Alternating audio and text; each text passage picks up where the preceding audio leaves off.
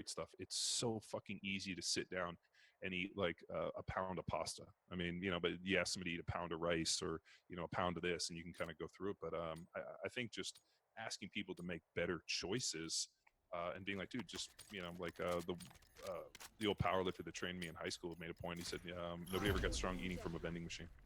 That was his big one. And he was always like, if you can stick to one ingredient, which was, he knew, what's the guy's name?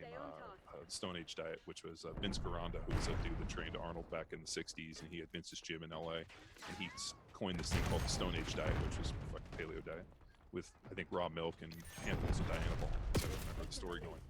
And so, that idea of like, eat one ingredient, don't eat out of a vending machine, I mean, was kind of, ingrained in us from a fairly young age. And no, man, I mean, if you sit down and we have the fucking, well, thank God it's not me, but the task of working with people and helping them with their nutrition and people's perception, and we were talking about finding zero, finding north, people are so, I mean, beyond fucking anything I've ever run into, people have no concept of not only what they're eating, how much they're eating, and how they're eating. And then when they start putting it down on paper, are completely lost. And we run into it every day. And thank God we have some people that work with us that are really into it, because I would fucking shoot myself if I had to do that.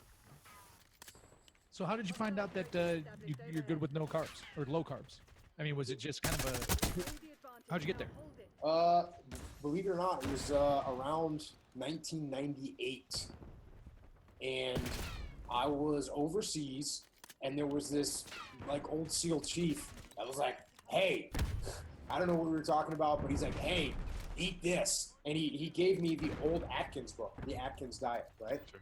I don't know if I was trying to get bigger, stronger, shredded, whatever I was doing at the time.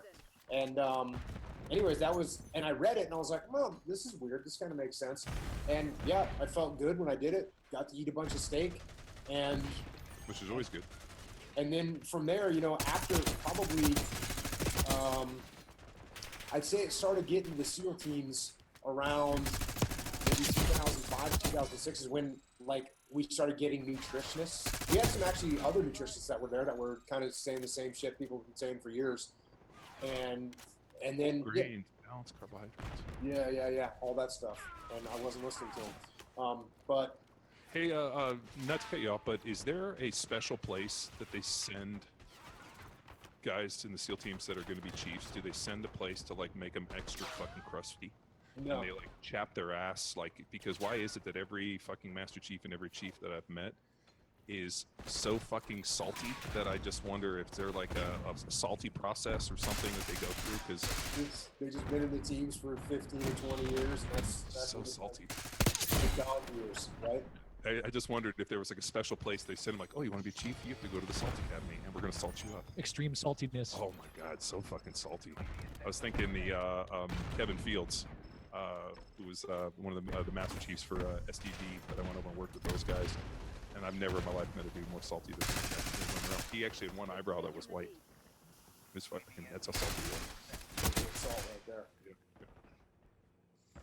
Well, I mean, is there anything else you want to, I mean, we've been at it for like almost 90 minutes, maybe a little more. Is there anything else you want to talk about, Jocko?